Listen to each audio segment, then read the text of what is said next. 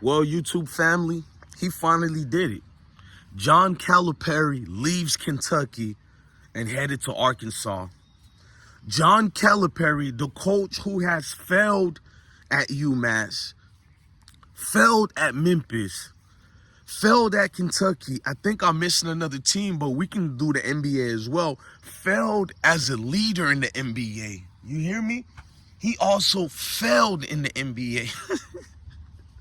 I don't mean to laugh, man. I remember his Boston Celtics situation, and they gave him damn near all the rights that they gave Doc Rivers. But how's that going for Doc Rivers and the Bucks? But I'm talking about when Clippers gave Buck GM general manager credentials, and he didn't end up drafting the right players.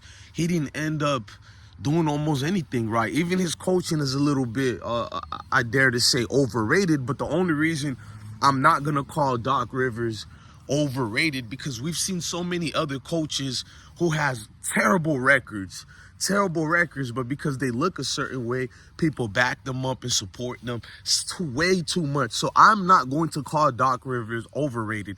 If being overrated and Doc Rivers is the standards of that, that means there's probably 90% of you NBA coaches who shouldn't even be in the league, if we're going to go off and say Doc Rivers the most overrated. But Calipari is overrated.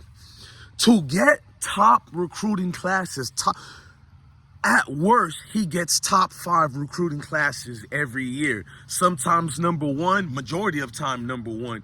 But this goes on and on and on, and no one holds John Calipari accountable.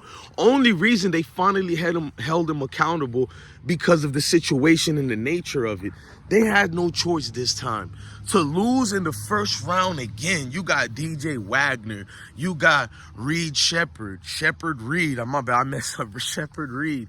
That dude knows how to shoot lights out. I think he's gonna go top 10 in the NBA draft. Worst case, if couple of scouts feel some type of tingly feeling and they want to get something else, the thing that will happen is that Shepard probably dropped to 14 only because of a first round loss, but I still think he's gonna be a top 10. You got so many other players on that team who did not pan out, and this is the one part where I will contribute it to coaching. We love blaming players for everything. Put aside your biased feelings and narrative towards some of them Kentucky players. As you can see how my backyard look, we're about to have the eclipse over here. It feels very different here. I drove to a different state with my other family. I ain't gonna get into that, but it's a different eclipse because I see the sun looks a certain way. I don't know if you guys can see it. Hold on. The sun looks a certain way, while outside is kind of a dark, eerie feeling. Just like today in sports, man. Sports has been more oversaturated with drama and news, etc. But a pass is going to be given to Calipari. I'm going to stick back to on track. To leave Kentucky and run away to Arkansas, yet you'll have the same people who support that move he did and congratulating him would be the same people say they can't stand these new NIL deals. They can't stand, players keep transferring and leaving. First of all, I'm for the NIL, but also I'm not for it, meaning it should have more certain restrictions on it as far as the schools need to start paying up. It shouldn't be a private donator bails the NCAA out and pays for everything, because that gets a little weird now. You feel me? Number one, you're not holding the NCAA accountable, and they're the ones who's coming with restrictions for all these prohibition that you guys are getting now, all these different increments they're giving you. No, I don't agree with that at all. I think the situation of John Calipari meets and is sufficient enough to where you can no longer keep complaining when these players choose to leave your favorite school, to leave your university. There is nothing to gain for it or from it if they continue at the same pace as far as being quiet, staying with a university, no matter how wild the coach is, no matter what chances you lost already, staying there, you just got to stay put till you graduate. That's insane.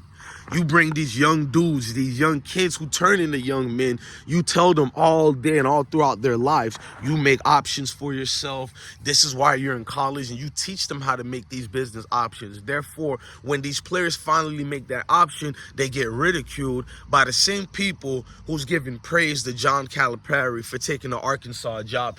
John didn't even quit Kentucky to go show he can coach for real and bring up another university, bring the recruiting, all that with him. He didn't. He packed his bag and went to a team that was already built already. And these type of coaches are going to get called great coaches and great coaching. They get all the resources available to their availability and still can't do anything with it. They got the whole world championing them. They still can't do anything with it. And you mean to tell me that John Calipari did the right move, that Kentucky should have fired him, Kentucky should have got rid of him? Maybe they should have.